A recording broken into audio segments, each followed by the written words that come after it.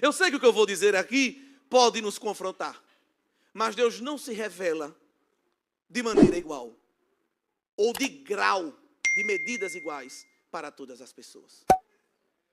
Deus, em seu Filho, não faz acepção de pessoas para salvar. O amor salvador dele foi destinado a todo o mundo. Mas para revelar-se, para interagir, não é na mesma medida. Moisés subia o Sinai, o Horebe, e o povão ficava onde? Lá embaixo. Às vezes Deus dizia a Moisés: pega aí 70 anciãos, pega aí Nadab e Abiú, pega Arão, pega Josué, e vem subindo o monte. E em cada degrau Deus ia dizendo: fica aí 70 anciãos, fica aí no segundo andar. Quando chegava no terceiro, fica aí Nadab e Abiú. No quarto andar, tá bom, Arão só até aí. Só quem subia na cobertura sempre? Moisés. Mas é porque Deus tem privilegiados? Não. Porque o nível de comprometimento de Moisés era diferenciado. E como é que o Senhor prova isso? Lá em Êxodo tem um episódio que Deus diz: traga Josué também. Todos esses outros eram chefões de credenciais, mas ficavam no meio do caminho. Mas Josué, Deus deixou subir com Moisés. Por quê? Porque 33 de Êxodo diz que Josué, filho de Num, nunca se apartava da tenda. Hoje iam chamar de barata de igreja, de bajulador de pastor. De pé como estamos, Marcos 9. Ou melhor, Marcos, Evangelho por Marcos, capítulo 8. Versículo 27. E saiu Jesus e os seus discípulos para as aldeias de Cesareia de Filipe. E no caminho perguntou aos seus discípulos, dizendo: quem dizem os homens que eu sou? Quem diz amém? Amém. Podem sentar. É bom estar aqui nesse ambiente de adoração. Agradeço a amizade, a paciência do pastor Edson, sua família, todo o ministério aqui da igreja, todos os nossos irmãos e irmãs. Eu sempre me sinto bem quando estou entre os meus irmãos. E pedindo ao Senhor uma palavra, o Espírito de Deus me dirigiu para esse episódio que marcou o ministério do Senhor Jesus. Marcos tem 16 capítulos. Esses 8 primeiros capítulos, Jesus está ministrando mais de maneira pública. E nesse ponto, ele faz uma inflexão e chama os discípulos para uma conversa particular. E essa conversa ocorre nas mediações de Cesareia de Filipe. Jesus, às vezes, escolhia certos lugares de maneira inusitada e gostava de quebrar as lógicas e os paradigmas. Um deles, por exemplo, é o local que Jesus escolheu para escolher seus discípulos. Ele trabalhava ali na Galileia dos gentios. Os irmãos sabem que os judeus superestimavam a região central, ali de Jerusalém, Judeia, e Jesus foi trabalhar buscando o pelotão de frente que auxiliou o seu ministério numa região miscigenada, que era a região da Galileia, apelidada, até de maneira pejorativa, de Galileia dos gentios, apelidada pelos judeus, para lembrar que era um território não puro, ou impuro, digamos assim. Região que, evidentemente, aos olhos humanos, ninguém ia para recrutar os obreiros ou a mesa diretora, digamos assim, daquele ministério que estava iniciando. Isso também não era nada, porque dentre tantos lugares que o pai, na sua presciência, poderia ter escolhido para o filho iniciar a sua vida, estava a improvável Nazaré, uma comunidade, uma favela. Então Jesus sempre trabalhou deixando algumas mensagens, principalmente no tocante à posição geográfica. E aqui ele faz uma reunião de obreiros, que era uma reunião muito importante, pois o ministério terreno de Jesus já estava se aproximando do fim, e mais do que nunca ele estava próximo da cruz, tanto que no versículo 31 desse capítulo, ele vai fazer menção da sua morte iminente. E a Cesareia de Filipe era uma região que envolvia também muito paganismo. Historicamente ali, já tinha sido chamado de Balina, em homenagem a Baal, o deus que era amplamente adorado naquela região. Depois chegaram os gregos e denominaram aquela cidade em honra ao deus Pan, o deus grego da natureza. Ali havia muitos altares também, aquele que eles consideravam o Deus Criador. Depois chegam os romanos e atribuem ali um altar a César, imperador. Pois acreditavam que o imperador romano era Deus também sobre todas as coisas. Todos ali eram adorados, menos o Deus verdadeiro. Se Jesus tivesse medo das influências do lugar, ele teria tido essa conversa lá no gabinete pastoral, digamos assim, do Templo Central. Mas quando alguém tem a vida verdadeiramente devota a Deus, a localização geográfica não altera a percepção de uma comunhão verdadeira com Deus. Não tem Babilônia que retire a devoção e o temor de um coração de Daniel. Não tem. Quando alguém verdadeiramente ainda não tem Deus preenchendo totalmente as áreas do seu ser, o logradouro vira justificativa para os envolvimentos com os negócios desta vida. Ah, irmão, mas eu estou na Europa, né? Ah, irmão, mas estamos na Espanha. É o século 21. Não é fácil. A cultura. Mas nós temos vários exemplos de pessoas que não se comportaram como esponja, mas como peneiras de Deus. Eu não sei se nessa noite Deus olha para todos nós e nos vê como esponjas ou como peneira. Tem gente que ainda usa um versículo bíblico de maneira desajustada para justificar o efeito esponja. Ah, irmão, mas Paulo disse que ele fez de louco para alcançar os loucos. Ele fez de tudo para alcançar todo mundo. Mas se isso estivesse funcionando, você estava sendo o maior missionário que a terra conhece. A diferença é que a criatura se faz de louca, mas não ganha os loucos é que lhe ganham. É o crente esponja, é o crente camaleão. E ele se enaltece dizendo, eu sou muito fácil de se adaptar. Se adapta até no inferno. Isso não é uma qualidade para ser enaltecida. Apraz a Deus olhar para cada um de nós e nos ver hoje como uma peneira, de poros bem estreitos. Aleluia. Apraz a Deus nos ver nesta noite como filtros que permitem ter até contato com todas as coisas porque estão no mundo. Examinam, analisam, porque o homem espiritual discerne tudo e por ninguém é discernido.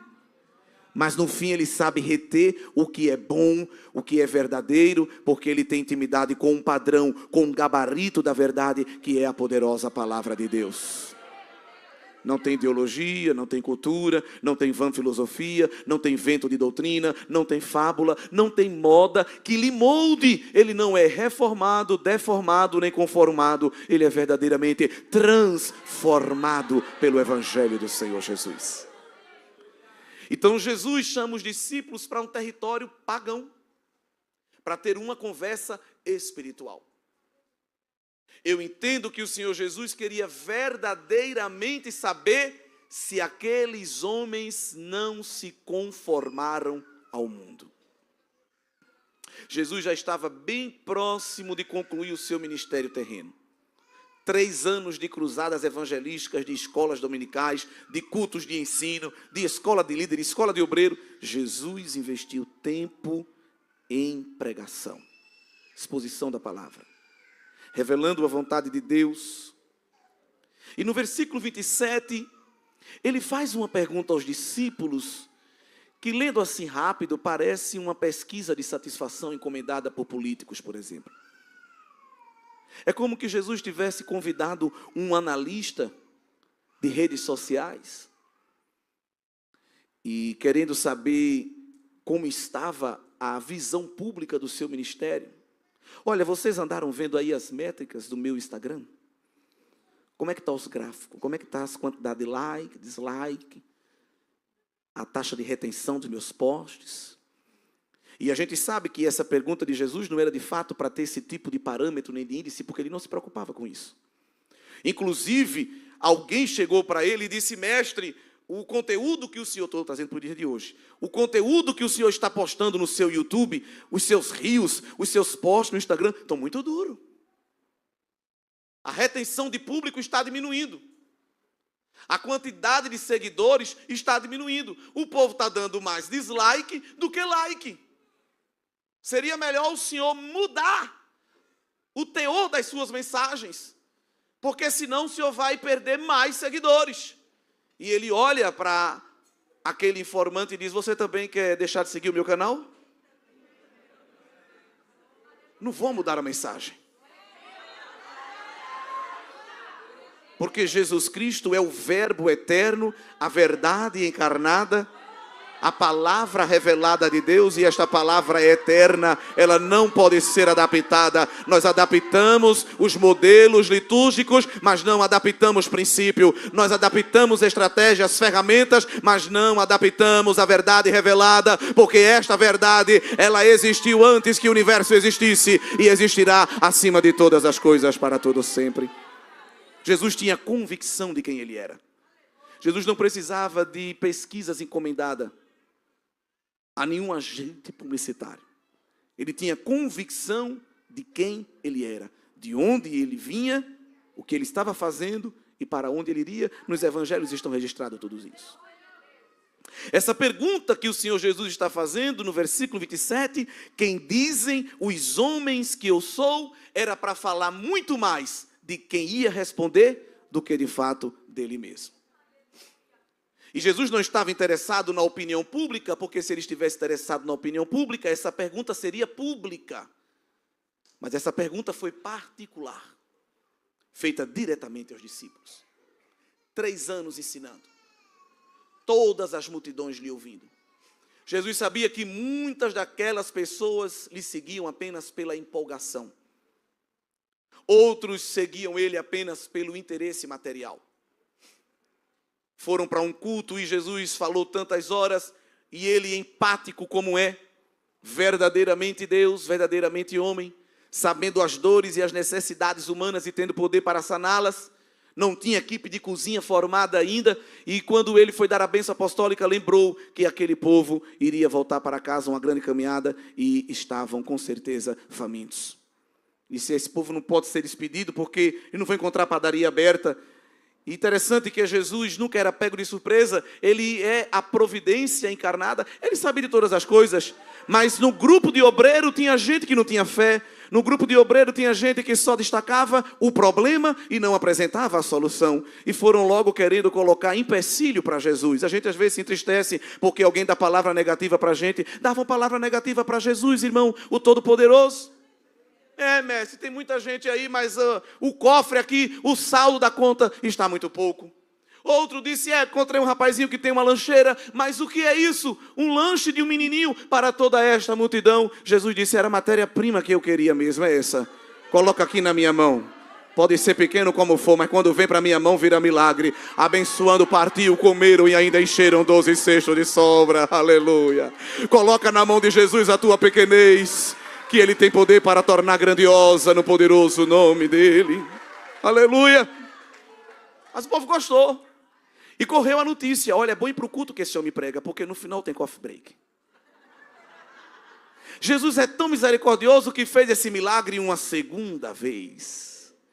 E com certeza, nas propagandas que estavam indo, já botavam na nota do rodapé: vamos embora que no final tem lanche. Até que na terceira vez Jesus disse: eu sei o que vocês vieram fazer aqui. Vocês não vieram para o culto, vocês vieram comer o sanduíche, o McFish. Vocês estão me seguindo pelo pão que perece, mas você precisa entender que eu sou o pão vivo que desceu do céu. Jesus nunca se decepcionou, Jesus nunca se frustrou e também nunca se empolgou com empolgação de multidão. Ele sabia quem era o povo, ele também sabia quem era ele. Mas ao longo daquele ministério terreno, Jesus evidentemente queria saber se ficou algum legado de tudo que ele havia ensinado. Ele sabia que se perguntasse isso à grande multidão, todo tipo de respostas iriam aparecer. Não era da grande multidão que Jesus estava querendo a resposta. Ele queria analisar o que gente que andava com ele toda hora percebia dele. Ele queria analisar, não para saber porque ele é Deus onisciente, mas fazer revelar entre aquele grupo o nível de conhecimento que eles próprios tinham de Jesus Cristo. Essa foi uma das perguntas mais profundas que Jesus fez no seu ministério terreno. Que dizem por aí ser a minha pessoa? Os discípulos estavam no meio do povo. Eles não pediram 15 dias para coletar os dados. Eles não disseram, mestre, essa pergunta é difícil, vamos contratar uma ferramenta, um aplicativo, um analisador aí estatístico e daqui a uma semana a gente traz para o senhor os gráficos. Eles já tinham os gráficos nas mãos. Eles estavam no meio do povo. Eles sabiam a opinião popular sobre Jesus. Tanto que a resposta foi dada no versículo 28. Olha, andam dizendo que tu és João Batista. Outra porcentagem grande e recorrente entre as respostas diz que tu és Elias. Sei lá, vamos dizer assim, olha, 60% diz que tu és João Batista. 30% aponta que tu és Elias. Parece que eu estou vendo eles mostrando o gráfico. Tem ali uns 10% que diz que tu és um dos profetas.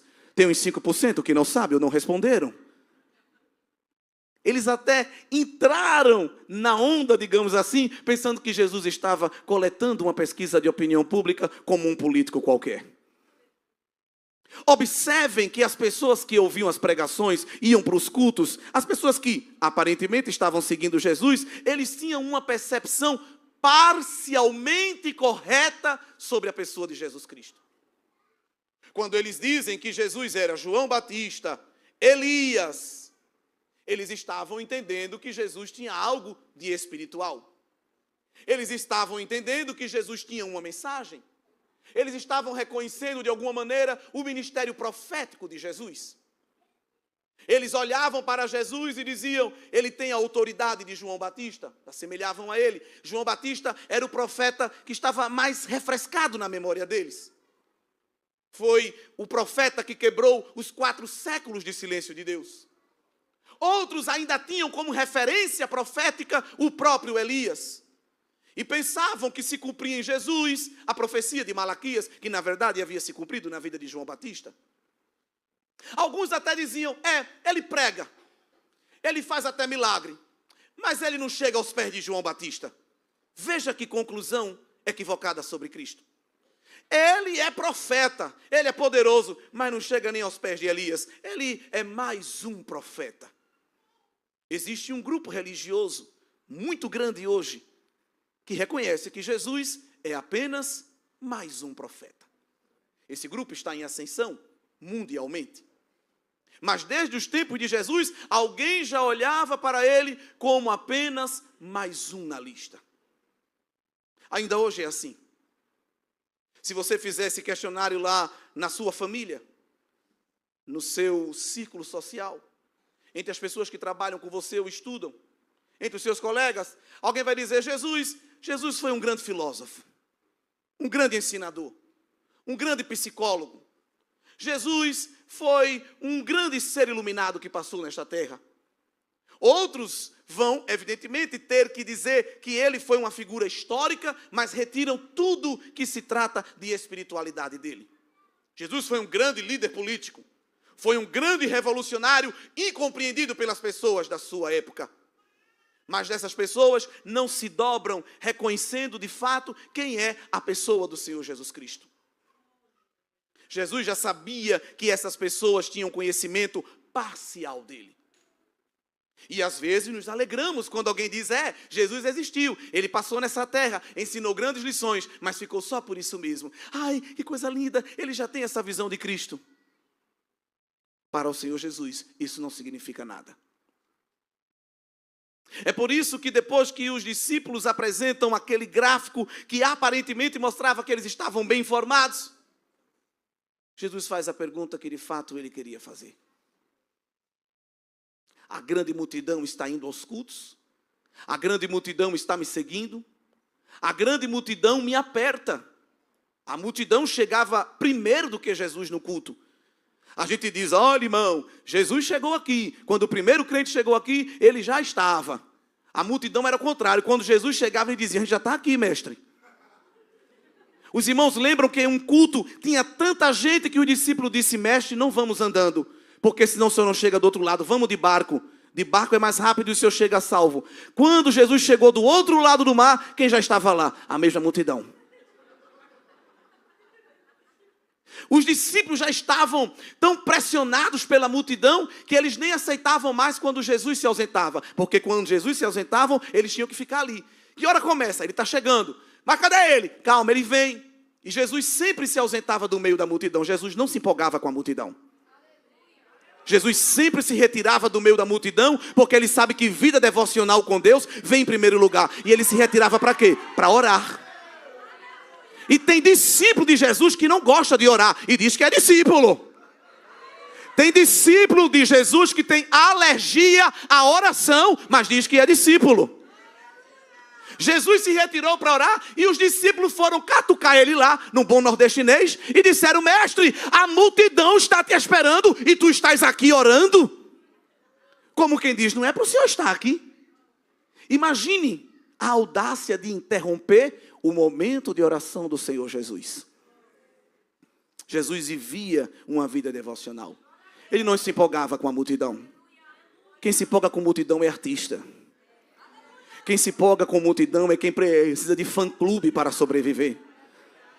Jesus, queridos irmãos, ele tinha e tem na eternidade miríades de anjos clamando, proclamando, louvando, santo, santo, santo é o Senhor dos exércitos, toda a terra está cheia da sua glória. Jesus não depende de aplauso, de like, de bandeira, de fã-clube. Ele é Deus desde a eternidade e por toda a eternidade. Ele é Deus. Mas ele queria saber se naquele grande movimento, naquela grande onda, ficou um saldo positivo. Ele queria saber se, enquanto percorria aquelas estradas poeirentas, falando e ensinando, se ficou algum extrato, algum sumo de devoção, pelo menos entre os discípulos. Eu vou subir a cruz. Claro que Jesus é homem e Deus e eu estou falando na sua humanidade. Será que tudo isso que eu ensinei ficou pelo menos em algum coração? Já já eu serei tirado da terra. Será que vai ficar algum legado no coração de alguém? Observe que as expectativas de Jesus não estavam na grande multidão. Observem isso. Jesus agora pega o zoom do microscópio e coloca a lente objetiva ainda mais profunda. E o versículo de número 29 mostra de fato em quem Jesus queria focar. Obrigado, querido, pelos gráficos. Mas e vocês? Quem é Jesus para vocês? Eu imagino o silêncio que ficou ali. Se Jesus parar agora, entregasse um pedacinho de papel a cada um de nós, dos mais novos aos mais velhos, e dissesse, me descreva aí em uma palavra, quem eu sou para você. Alguns iam dizer, o Senhor é tanta coisa, Pai, que não cabe nesse papelzinho. Mas ele queria uma resposta objetiva. Quem é o Filho do Homem? A multidão fala aí um bocado de coisa. Mas e vocês que andam comigo toda hora? O que é que vocês podem dizer que eu sou? A resposta veio de quem geralmente falava antes de pensar. A resposta vem daquele mais colérico e sanguíneo que gostava de tomar a frente das grandes discussões. E ele responde a resposta que para o tempo. Porque, evidentemente, Jesus é tudo. A gente pode chegar aqui, Lírio dos Vales, Rosa de Saron, ele é isso, ele é aquilo, e a gente começa a glorificar. Mas a resposta aqui tinha que ser objetiva, uma resposta que condensasse, que concentrasse vida e obra do Senhor Jesus Cristo. E Pedro, que não era teólogo, que não era doutor da lei, que não era reitor de seminário teológico, não era PhD em divindade, ele acertou a questão quando deu a resposta que serve de exemplo para todos nós. Tu és o Cristo, o Filho do Deus vivo. Tu não és um profeta, tu não és um santo, tu não és um rei, tu és, aleluia, artigo definido, és exclusivo, és principal. Tu és o ungido de Deus. A unção está em ti, o poder está em ti, a glória está em ti, a graça está em ti, a misericórdia está em ti. Tu és o Messias, tu és o enviado, a autoridade está sobre ti. Tu és o Redentor, tu és o resgatador. Foste tu que vieste nos salvar, foste tu que vieste nos arrancar das trevas para a maravilhosa luz. Tu viesse mudar a história. Tu és o Criador, tu és o mantenedor, tu és o consumador de todas as coisas. Tu és o primeiro, tu és o último, tu és aquele que existe antes de Abraão, tu és aquele que existe antes do sol, tu és aquele que existirás sobre todas as coisas. Tu és o Cristo, o Filho do Deus vivo. Teologia combinada com devoção. Conhecimento bíblico combinado com revelação. E Jesus não disse: parabéns, Pedro, você é muito inteligente. Outro evangelista disse: a resposta está certa, mas você não acertou por causa de você. Porque este conhecimento você só pode ter se o meu Pai revelar. Não é carne nem sangue, não é seminário, não é workshop, não é apostila de pregador famoso. Quem revela quem eu sou é o meu Pai através do meu Santo Espírito. Somente através do Espírito Santo o homem pode ter consciência de fato quem é a pessoa do Senhor Jesus Cristo. Jesus nos pergunta nesta noite, queridos irmãos, quem sou eu para você? Como você me descreve? Como você me sente? Como você me ouve? Isso vai evidentemente reverberar em como você me serve, em como você me adora. Isso vai explicar o tipo de culto que você me entrega. Isso explica a qualidade do tipo do serviço que você ministra na minha casa. A nossa percepção de quem é Jesus falará na verdade quem nós somos. Jesus é meu amigo, pastor. Eu e ele é assim. É tanto que eu peço e ele faz tudo. Desse jeito que tu vives. Jesus não tem amizade com quem não tem compromisso com a palavra dele. Porque Jesus disse: olha, eu não quero chamar vocês de servos, eu quero chamar vocês de amigos. Eu quero ter intimidade com vocês. E o que é que eu faço, Jesus, para ser teu amigo? É bem simples. É só fazer tudo que eu mandar. Interessante que João registrou essas palavras. Jesus não disse: você tem que fazer tudo que eu pedi, porque eu sou seu amigo. Jesus não pede, Jesus ordena. Jesus comanda, Jesus preside. É Ele quem dá a rota, é Ele quem dá o roteiro, é Ele quem diz o padrão. E nós nos submetemos resolutos à sua perfeita vontade. Inclusive a gente ama deixar para a meditação de aniversariante João 15, versículo 7, parte B. Esse negócio de parte B, C, D, fuja disso. Tome a vitamina toda, não pega o comprimido e tome uma banda. Irmã, para a sua meditação, João 15, verso 7, parte B, isso combina muito com você. Pedireis o que quiser de vos será feito. Eu creio, eu tomo posse. Mas não está acontecendo, porque tem a parte A. E a parte A na língua portuguesa é riquíssima, porque começa com uma palavra bem pequena, 2 letras, sim. O sim é uma pancada no nosso ego, porque é uma promessa condicional. Se vocês estiverem em mim e a minha palavra estiver em vós, vocês vão pedir o que quiser e vos será feito. Porque vocês não estão pedindo mais o que vocês querem, vocês estão pedindo a minha vontade, se submeteram ao meu querer, e ele vai se tornar realidade nas vossas vidas. Aí não vai precisar dos 21 dias da vitória, das 9 noites do descarrego, das 7 voltas do milagre, da madrugada da previdência. Não, você vai dobrar o joelho e dizer: Senhor, faz a tua vontade, Senhor, e o teu servo te glorificará.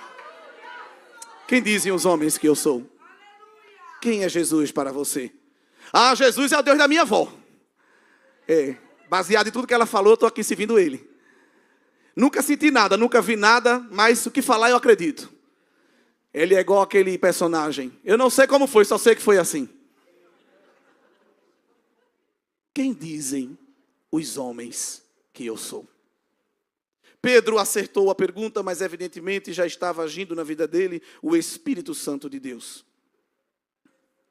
Jesus não estava interessado que a sua visão fosse produzida através de um marketing, de uma propaganda. Tanto que no versículo 30 fica comprovado que Jesus estava interessado de fato em saber o conhecimento dos discípulos e não da multidão. Porque no versículo 30 ele dá uma orientação: não fale sobre isso com ninguém.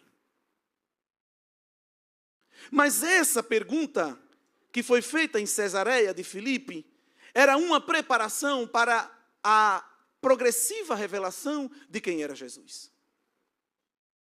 Quem deixa o Espírito Santo transformar a sua vida para começar a obter o pleno conhecimento de Cristo.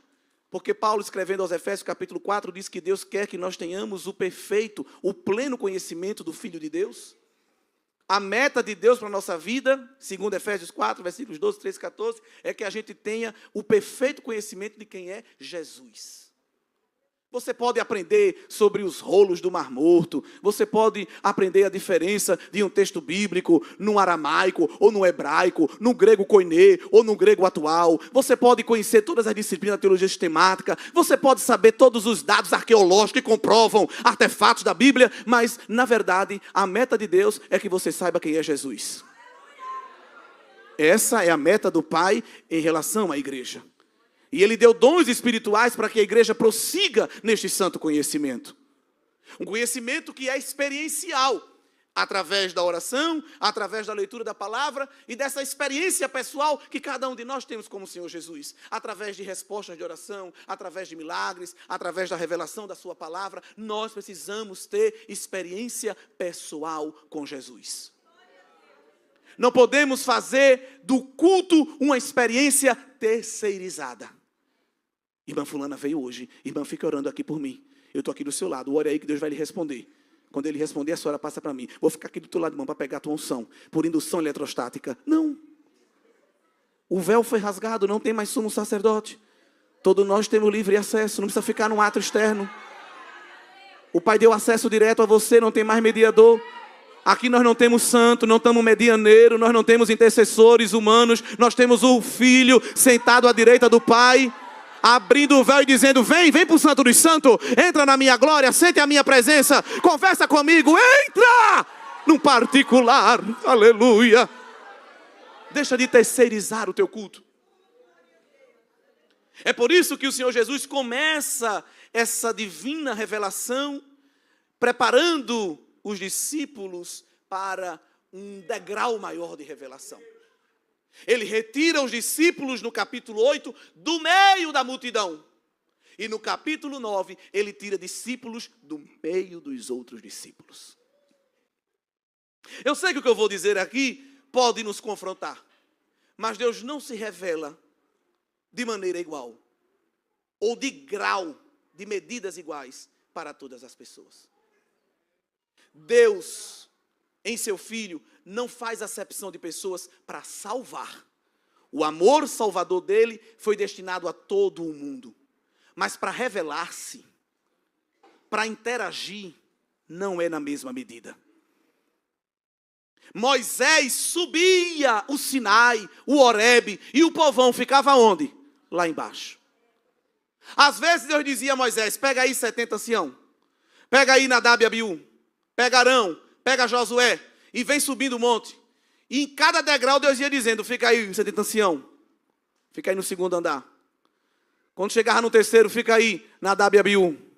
No quarto andar, tá bom, Arão só até aí.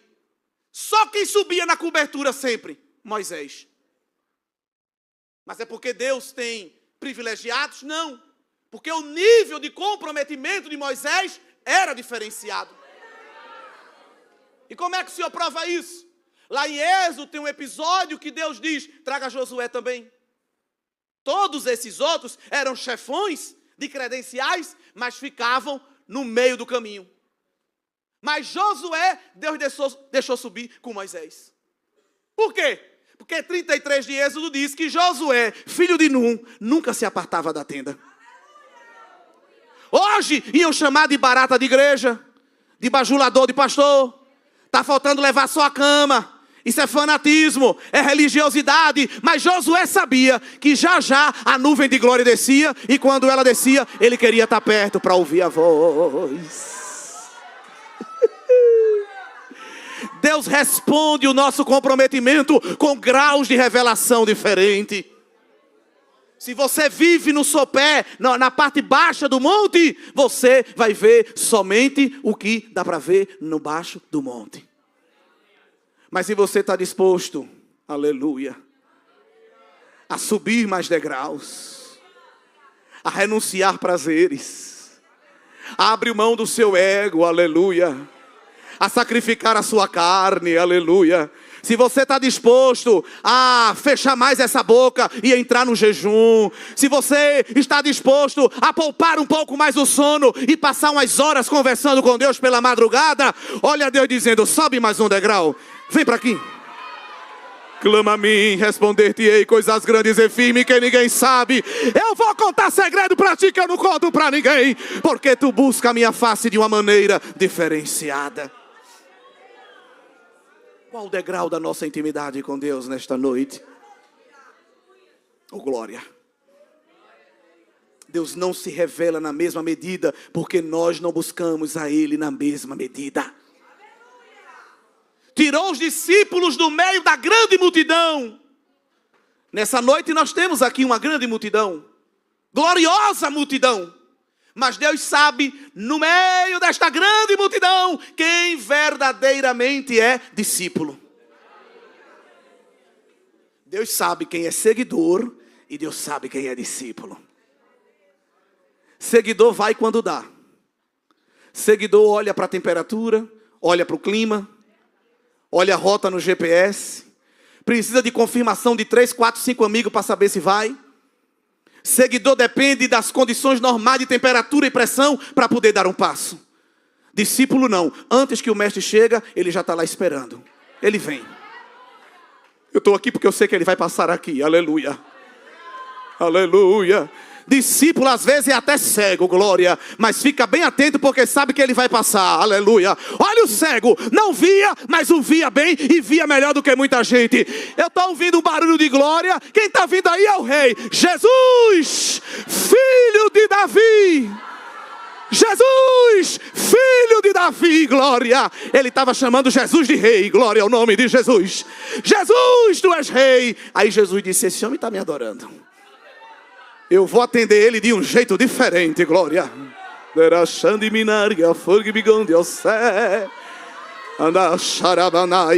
O que é que todo rei tinha? Cetro. E quando alguém entrava na presença de um rei e lhe pedia algo, se o rei estendesse o cetro, significava, pode pedir qualquer coisa que eu lhe dou. Quando alguém ouvia o cego chamando Jesus de rei, cala a boca, doido. Está vendo que o homem não vai parar, não vai interromper a procissão, a marcha solene por causa de tu? Jesus lá do outro lado ouviu a conversa. Ei, vocês estão falando aí, traga o cego aqui até a minha presença. Quem estava querendo atrapalhar teve que pegar na mão e trazer para perto de Jesus. Eita glória. Qual foi a frase que Jesus falou para ele? Que queres que eu te faça? Tu está me chamando de rei, é? Olha o meu cetro se estendendo para ti. Aleluia. Onde houver quebrantamento, haverá revelação de Deus. Onde houver desprendimento, as portas do céu se abrirão. Onde houver prioridade à presença de Deus, Ele vai chegar com presença, com poder e com providência, porque apraz a Ele revelar-se aos que Lhe buscam. Quem é você no meio da multidão? Quem é você no meio da multidão? Pergunta Jesus nesta noite. Quem é você no meio da multidão? Você é seguidor apenas ou é um discípulo? Mas no meio dos discípulos, Jesus ainda via um círculo mais íntimo. No capítulo 8, versículo 27, destaca os discípulos da grande multidão. No capítulo 9, versículo 2, destaca os discípulos do grupo dos discípulos. Capítulo 9, versículo 2, Jesus convida para um círculo de oração especial 3. Alguém pode dizer, cadê a democracia, mestre? Direitos iguais. Ele poderia perguntar, cadê a adoração? Cadê o desprendimento? Quem foi que Jesus convidou para subir com ele? O Monte da Transfiguração. Capítulo 9, versículo 2, Pedro, Tiago e João. Na eternidade a gente vai descobrir o que é que Jesus via diferente em Pedro, Tiago e João, que ele tinha um mistério diferente com eles. Foi Pedro, Tiago e João que entraram com Jesus na casa de Jairo para a ressurreição da menina. Foi Pedro, Tiago e João que entraram com Jesus no recôndito do Getsêmani. Embora que dormiram, mas entraram. É mistério. Na eternidade nós vamos entender. Eu creio que havia uma entrega em Pedro, Tiago e João diferente. Havia, irmão. E eles estavam tão junto de Jesus que a mãe, e mãe é uma coisa linda, porque a mãe quer ver o bem do filho. A mãe dos filhos do trovão, os filhos de Zebedeu, viu eles tão junto com Jesus e via Jesus falando que ia para um reino que não era desse mundo, era em outro mundo, que tinha uma glória para ser revelada, e ela disse, eu vou assegurar logo, é o futuro deles. E disse, mestre, olha, eu estava pensando melhor, já que o senhor está sempre com eles estão sempre com o senhor vai embora, e disse que tem um trono aí que o senhor vai sentar, que tal colocar eles como chefe executivo assim, 2 banquinhos do seu lado? A resposta de Jesus foi uma pergunta. Jesus nem disse sim, nem disse não. Respondeu o pedido inusitado daquela linda mãe com uma pergunta. Eles vão estar preparados para beber o cálice que eu vou beber? Porque para toda glória tem um preço. Para toda revelação tem uma renúncia. Nós estamos numa época que as pessoas veem esses videozinhos curtos e vê só o efeito da glória. Eu quero isso, eu quero isso, eu quero isso. Eu quero essa glória, eu quero essa glória, eu quero essa glória. Jesus pergunta, tu quer a cruz, tu quer a cruz, tu quer a cruz? Eles vão poder sentar na cadeira que eu vou sentar, se eles estiverem dispostos a beber o cálice que eu vou beber. E nós vamos entender que parece que eles suportaram esse cálice, porque morreram, evidentemente, os apóstolos com martírio.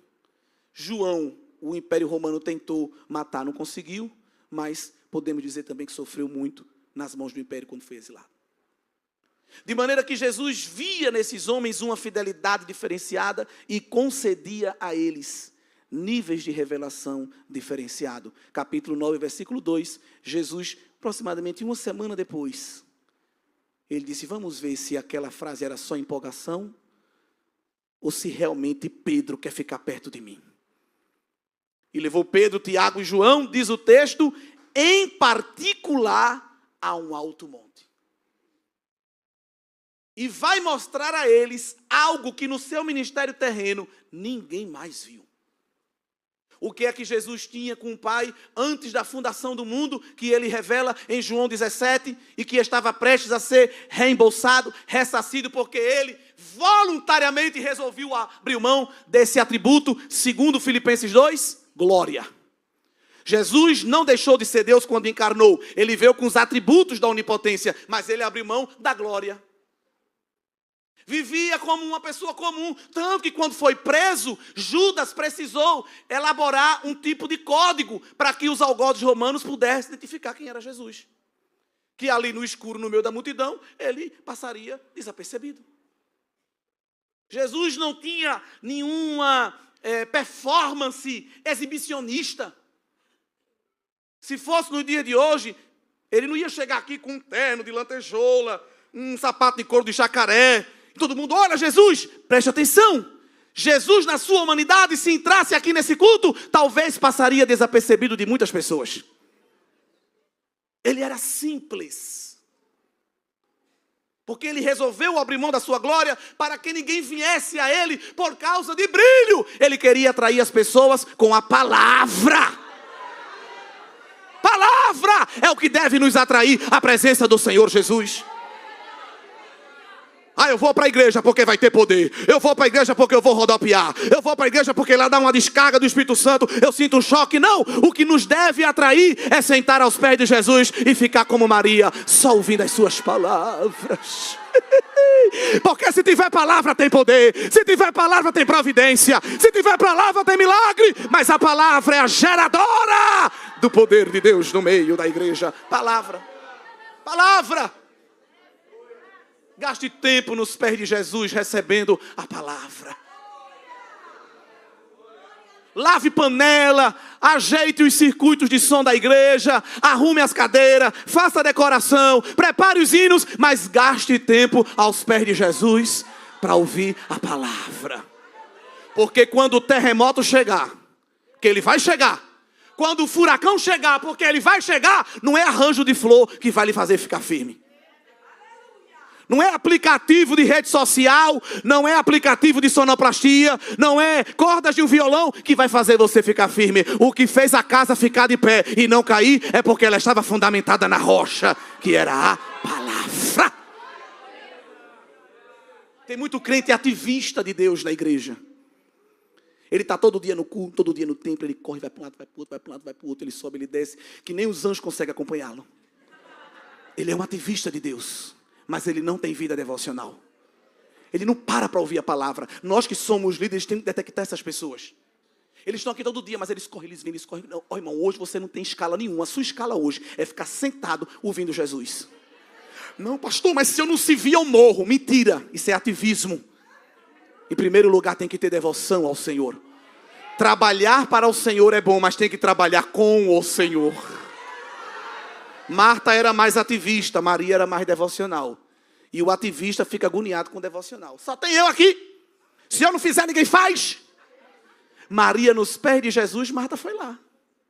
E se ela só quer saber de ficar dando glória a Deus, aleluia, tem um bocado de verdura para cortar, tem a panela para fazer as coisas aqui, lasanha, tudo, com Jesus acabar de pregar, vai querer comer, todo mundo vai querer comer. E ela fica só ali, glória a Deus, aleluia, glória a Deus, aleluia. Eu sei quem vai resolver isso. Jesus! Com licença, rapidinho. Um break. É porque tem muita coisa lá na cozinha. Maria está só aí, ó, adorando. Ela pensou, na sua insensatez, que Jesus ia dizer: Maria, por favor, minha irmã. A barriga já está roncando, vá lá para a cozinha. Mas Jesus nunca interrompe uma adoração sincera. Aleluia. E Jesus diz uma das frases mais lindas dos evangelhos: Marta, tu está muito ocupada, Marta. Tu chega, está suada, minha filha.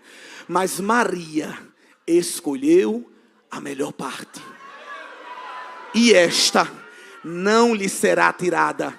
Eu até parafraseio Jesus dizendo assim: não vai ser tirada, nem por mim, nem eu vou mandar ela sair dos meus pés. Até tu tem que ficar aqui me adorando, porque o lugar de crente é aos pés do Senhor Jesus.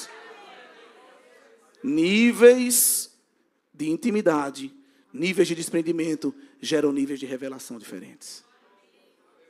E Jesus queria agora dar aos seus discípulos mais próximos um nível de revelação diferente. Por isso que o versículo 2 quebrou aqui um protocolo. Não sei, na intimidade do Deus Filho com Deus Pai, se ele nas suas orações pediu, ou se foi voluntário, mas aqui quebrou-se um protocolo. O Pai, porque a glória vem do Pai, permitiu quebrar-se esse protocolo. E o Filho, no meio do monte, transfigurou-se em glória. Pedro, Tiago e João estavam naquele círculo de oração. De repente chega convidados Elias e Moisés. 2 profetas de Deus, ícones da antiga aliança. 2 homens que a morte deles é um grande mistério. Porque um praticamente não morreu, porque inventou de dizer que estava com depressão, que estava com medo, que estava triste. É melhor me matar, é melhor me levar. Deus disse, tu ia até morrer um dia, mas tu está com esse chororô agora, tu não vai morrer mais nunca para tu aprender. Que foi Elias. O outro aguentou o povo 40 anos, mas o povo ficou alfinetando o juízo dele. E teve um dia que ele estava meio estressado, mas ele se esqueceu que crente tem que ter domínio próprio. Aí Deus disse, faça de um jeito, ele excedeu. Deus disse, ei, é para fazer só o que eu mando. Vou levar você na varanda, na cobertura, vou mostrar a pátria, mas você não vai entrar nela. Mas para não ficar nenhum celeuma, eita, Moisés é homem de Deus ou não, Deus fez algo lindo na morte dele. Ocultou a sua sepultura. Grande mistério. E é uma coisa tão séria que as escrituras dizem que alguém queria tomar posse do corpo morto.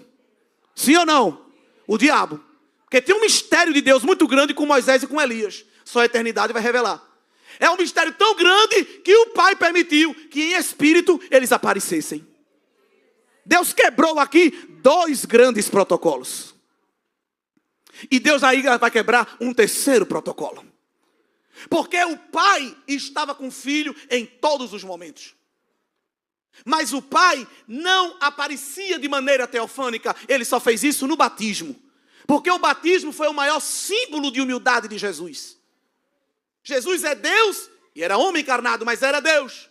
E João Batista batizando, os obreiros lá com a ficha dos candidatos de batismo, botando a bata no povo. E lá na fila estava lá Jesus para pegar a ficha do batismo. E João Batista batizando, quando olhou, não, pelo amor de Deus, eu que vou botar a bata, o Senhor vai batizar. Jesus disse, deixa de ser besta, rapaz. Deixa de excesso de humildade. Tem que cumprir a palavra, eu vou ser batizado por você mesmo. Bora, me batize. Quando o pai viu aquela humildade, ele disse, não, eu vou chegar. Eu vou mostrar que eu sou na vida do filho. Quando alguém se batiza, o familiar está lá tirando foto, o pai não ia tirar uma foto do filho. Abriu, aleluia, a tela da revelação.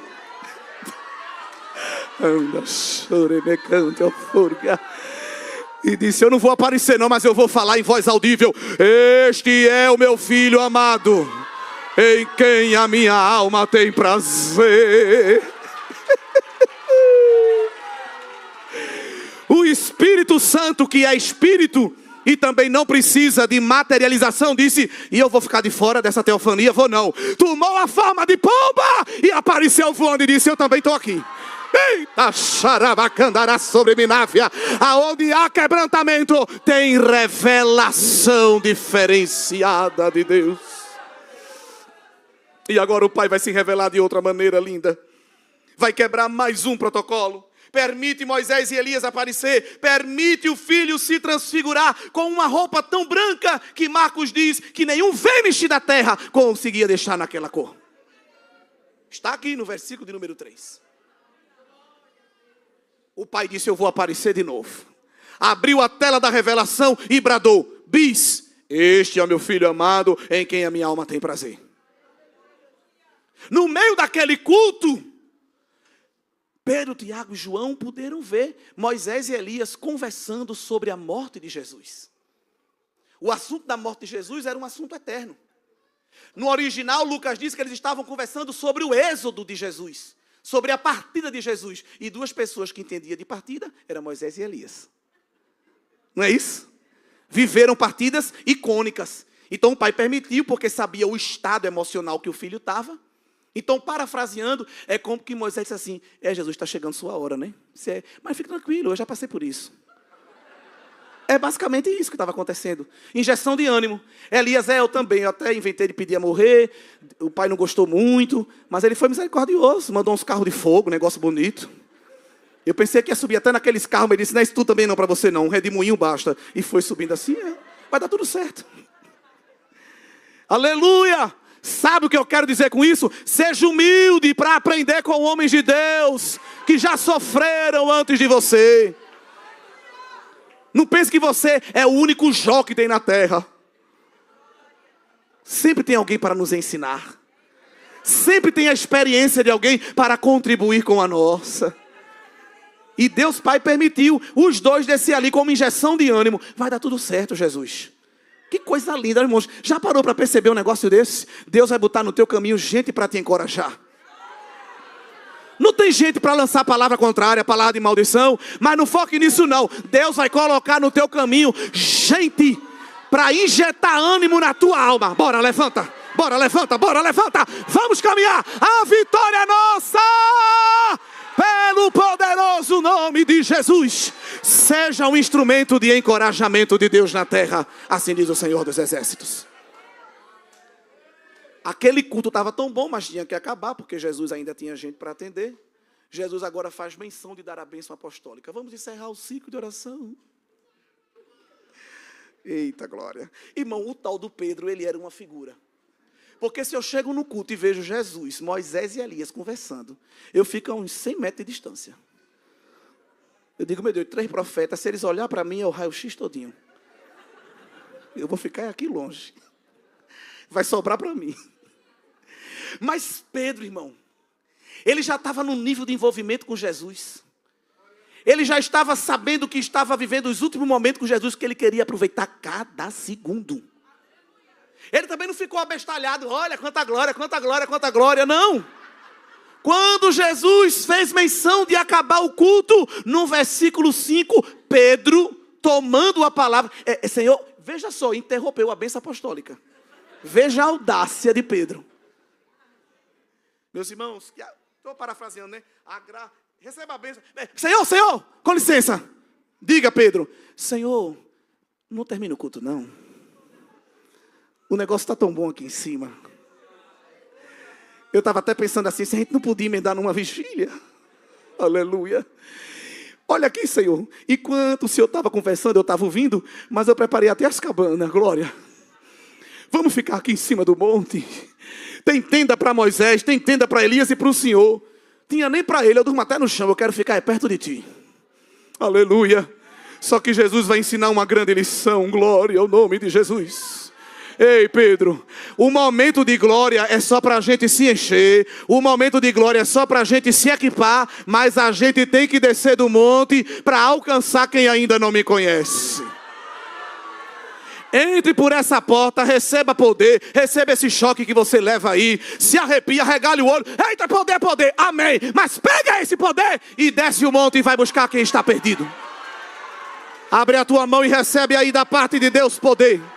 Recebe aí na tua mão a autoridade, está descendo agora. Isso não vem de supermercado, isso aqui só tem no santuário. Recebe unção, recebe autoridade e recebe poder, porque o Senhor vai te tomar lá fora. O Senhor vai te tomar nos hospitais, o Senhor vai te tomar nos presídios, vai te tomar na universidade. O Senhor vai te usar com poder e com grande glória. A glória que estava sobre Cristo também está sobre a igreja. Olha a Deus te tomando na tua casa, olha a Deus te tomando no teu bairro. Aquele ninho da serpente velha vai ser destruído, porque é uma glória de Deus. É uma glória de Deus sobre a igreja. Deus está sobre nós. Abre a tua boca e recebe labareda viva, recebe óleo santo, recebe palavras fogueadas. Aqui é lugar de se encher, aqui é lugar de se equipar, mas nós precisamos fazer a diferença lá fora. A igreja da última hora precisa fazer a diferença lá fora. Aleluia, aleluia. Suba ao monte, se envolva, deixa a nuvem da glória te cobrir, mas volte para o dia a dia para fazer a diferença. Aleluia, que o Senhor Jesus nos ajude e encontre na igreja dele uma igreja viva, uma igreja fervorosa. Quem dizem os homens que eu sou? Quem é Jesus para você? Aleluia. Quanto mais desprendimento, quanto mais quebrantamento, maiores níveis de revelação. Eu quero convidar você para ficar de pé nesta noite. Aleluia.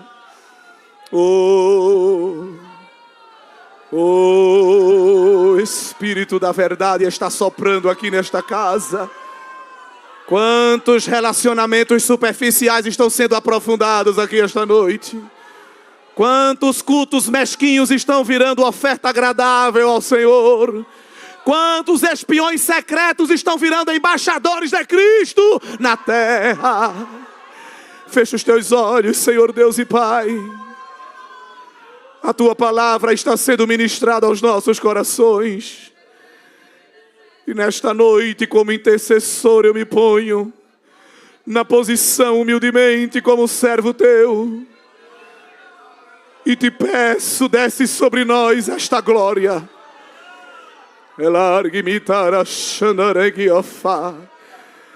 Aquela nuvem de glória que encheu o tabernáculo, aquela nuvem de glória que encheu o templo, aquela nuvem de glória que desceu no Monte Hermon, derrama essa nuvem de glória aqui, Senhor. Envolve este crente nos teus mistérios. Olha o fogo de Deus queimando os teus pés agora. Olha o fogo de Deus, o alabareda viva queimando a tua alma. Senhor, vai purificando as nossas vidas no teu altar. Vai enchendo cada crente com o teu poder, Senhor. Não nos deixa ser meros frequentadores de culto, mas encontra em nós verdadeiros adoradores. Levanta profetas aqui esta noite. Levanta, Senhor, espíritos missionários aqui esta noite. E nos dá autoridade para descer o monte com ousadia e proclamar: Jesus Cristo é o Filho de Deus. Pega na mão desse crente, Jesus, e vai caminhando com ele. Toma esses pés vacilantes e enche de firmeza, Senhor. Pega este coração vacilante e enche de convicção de Deus. Agrada-te de nós. Agrada-te de nós, Senhor. No poderoso nome de Jesus. A minha vida é do Mestre, meu coração é do meu Mestre, o meu caminho é do Mestre, minha esperança é meu Mestre. A minha vida é do Mestre, meu coração. Isso é uma confissão de fé. O meu caminho.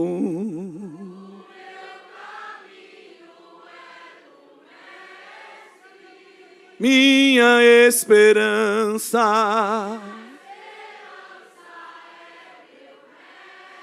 A Deus eu entreguei, a Deus eu entreguei o barco do meu ser e entrei no mar afora. Pra longe eu naveguei, não vejo mais o cais. Só Deus e eu agora.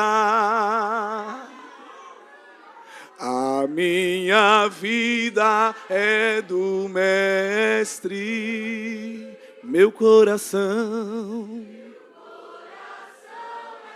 Entrega a Ele o meu caminho.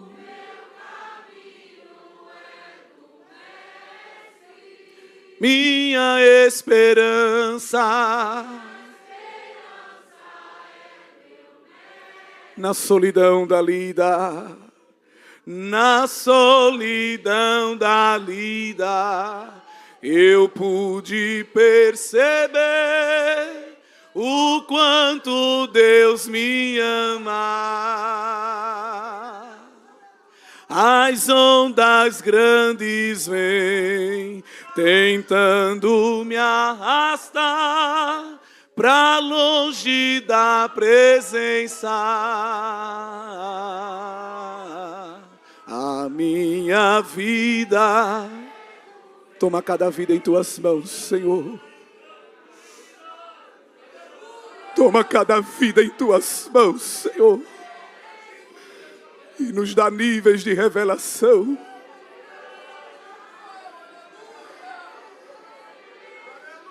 Minha esperança.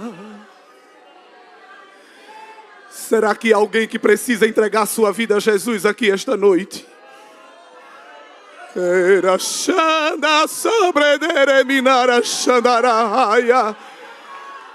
Será que alguém vivendo um cristianismo medíocre e precisa reconciliar-se com Cristo? Vem até este altar, nós iremos orar por você. Será que alguém que está vivendo como a multidão embaixo do monte e diz: eu preciso mudar isso hoje de uma vez por todas, eu quero viver uma verdadeira vida com Jesus? Vem até este altar, nós iremos orar por você.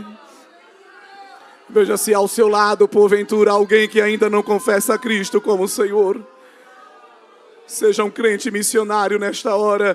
Não poderia encerrar este culto sem fazer este convite.